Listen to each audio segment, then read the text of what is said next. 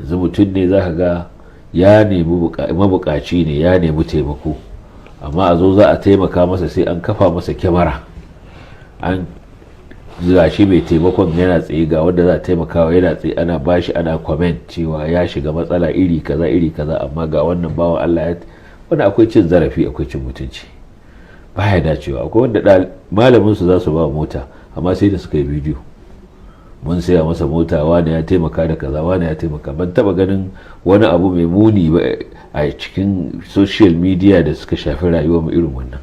Na ji takaici, malamin su ne mai karantar da su za su taimaka masa, mota su ta lalace, aka hada aka yi karo almajiran suka sai masa mota, amma sai da aka sa bidiyo aka sa a Facebook cewa ga malaminmu mun gaishe yana tafiya a tsohon mota su ta tsufa ta kwararrabe, don haka mun yi wani na ba da 1000 kaza, wani alhaji wani ya ba da 1000 kaza, yanzu gashi mun saya masa motar ma da suka saya masa ba wata motar kirki ba, mota duk bata fi miliyan 2 ba, kun nuna duniya kamar kun saya masa motar miliyan 20. Ga makullin yanzu za mu bashi, ko aka danka masa kuma ana haskawa. Wani irin cin mutunci ne wannan? za ta ce in tukfuha wa tu'tuha al-fuqara. Me yasa aka ambaci ba da sadaka, aka ambaci talaka anan? Saboda a kare masa mutuncinsa, kada dan an taimaka masa kuma a tereransa a duniya. Wannan sai kaga an zo ga wance, ga wani ya kasa aure da 'ya'yansa, gashi nan za a taimaka masa, ga wacce ta taimaka masa an bashi 1000 kaza, gashi nan. Wannan akwai cin mutunci. Ku ba shi cikin rufin asiri, da ci kun girmama shi, ko kuma da kun yi abin nan tsakaninku da Allah. Saboda ba buƙatar sai an zo an yi wani live, an zo an nuna mutane kowa a duniya ya gani. Wannan ba daidai ba ne.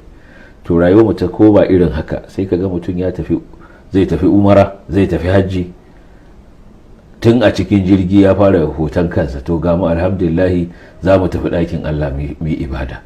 Ya je ya sa ihrami, alhamdulillah gashi yanzu mun shiga ihrami, ya ɗora a Facebook.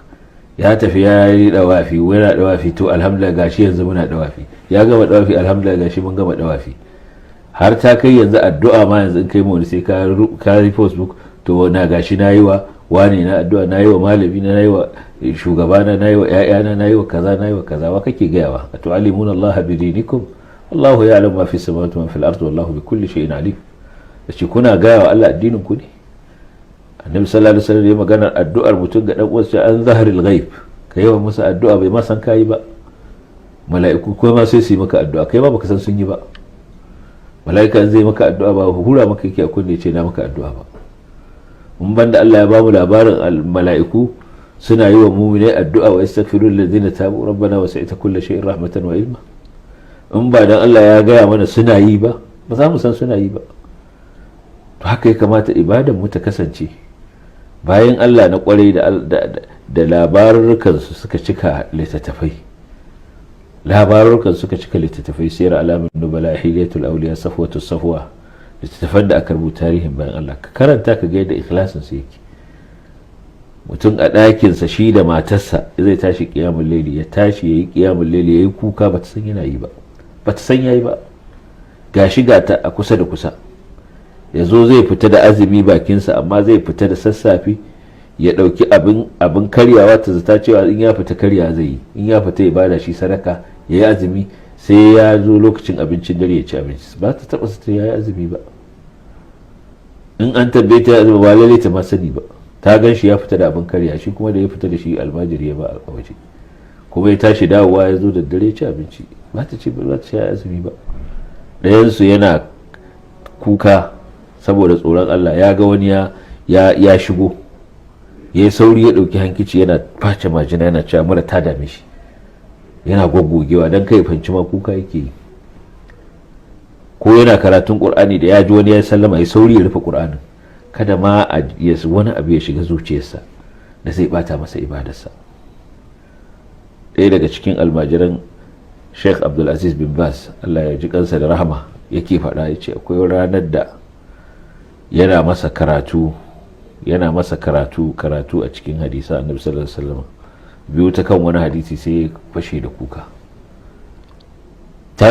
Sai ya abin nan, sai ya zabura ya ce to kakka ga kowa, kakka sake ga kowa, kakka ce masa ma ka ganni wani abu na tsoron Allah ya sani kuka. amma yanzu mun mai da abin wani yayi.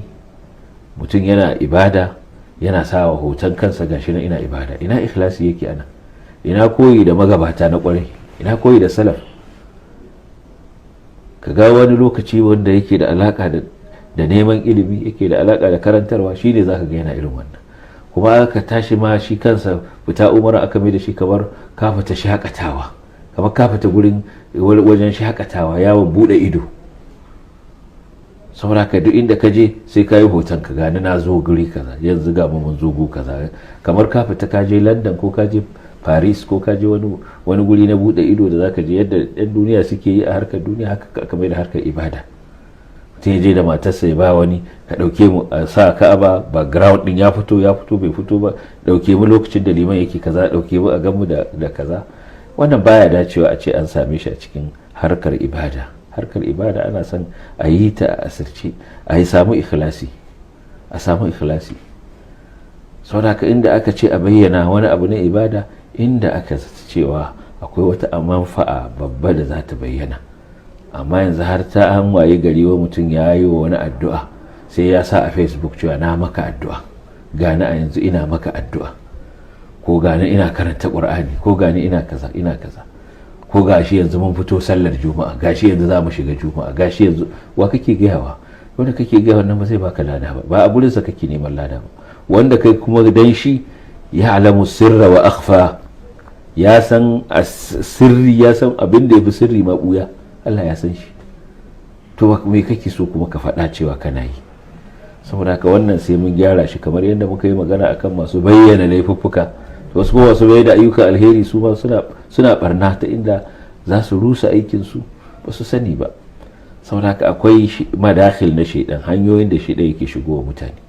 In bai shigo musu ta nan ba, to zai shigo yadda zai shigar wa masu saban Allah, haka su ma masu bautar Allah haka zai rika shigo musu ta inda suke zaton kamar wani abin kirki suke yi. Na yi wa ɗalibai na addu'a, na yi wa malamai na addu'a, na yi wa ƙasa ta addu'a, na yi kaza. Baya buƙatar wannan, in dai ka yi tsakaninka da Allah. Wannan Allah da kake roƙo kake cewa ya maka, ya san abin da kake faɗa. Babu wani abin da yake boyuwa a gare shi. In yau zuciyarka kai baka bayyana ba, ubangiji subhanahu wataala ya alama ma tukinnu suduruhum wa ma yu'linun. Abin da mutane suke boye a zukatansu Allah ya sani, da abin da suka bayyana Allah ya sani. Ma tusirruna wa ma tu'linun, ya alama ma tusirruna wa ma tu'linun. Ya san abin da kuka bayyana da abin da kuka boye. Saboda ka ba buƙatar sai ka zo kana faɗa wa mutane cewa kayi kaza, domin wannan zai rushe aikinka kuma zai jefa ka cikin sahun wanda suke yi dan a gani. Allah wa idza qamu ila salati qamu kusala yura'una an-nas wa la yadhkuruna Allah illa qalila.